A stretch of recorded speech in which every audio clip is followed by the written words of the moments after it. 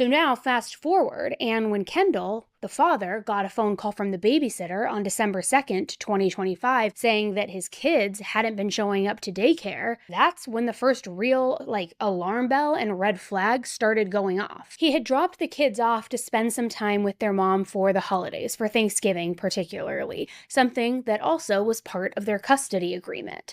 But then after that, nothing.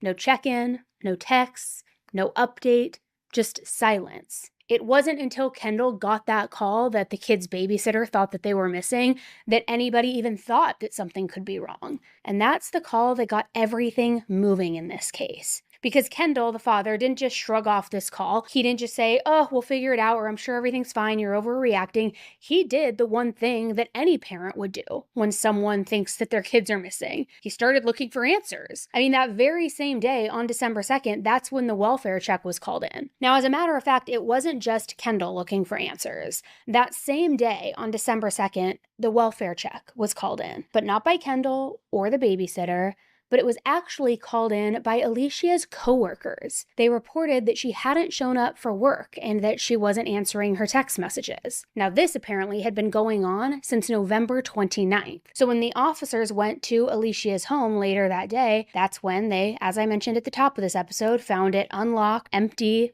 seemingly normal, but no kids, no Alicia, and no explanation. Just gone. A family vanished. Now, there was, however, a notebook that was left behind. And I gotta say, in this notebook, there were all kinds of writings just feverishly scribbled down about shredding important documents, getting rid of identifying photos, throwing away her phone and getting a burner phone. Some really alarming things written down. Someone who clearly wanted to get off the grid, destroy personal effects, destroy documentation, and perhaps go undetected. I mean, you don't buy a burner phone for nothing, right? Now, I will say this too. That's all suspicious on its own. And if you're thinking, wow, Annie, a lot happened that day. Usually information doesn't come out that fast all at once. You're not wrong. But that's also not all that happened that day. Because also on December 2nd, Kurt, the father of the youngest child, had a voicemail from Alicia. Now, this was the first contact from Alicia since Kendall had dropped the kids off before Thanksgiving. And what she said on this voicemail, it was majorly concerning. She didn't start it off by saying,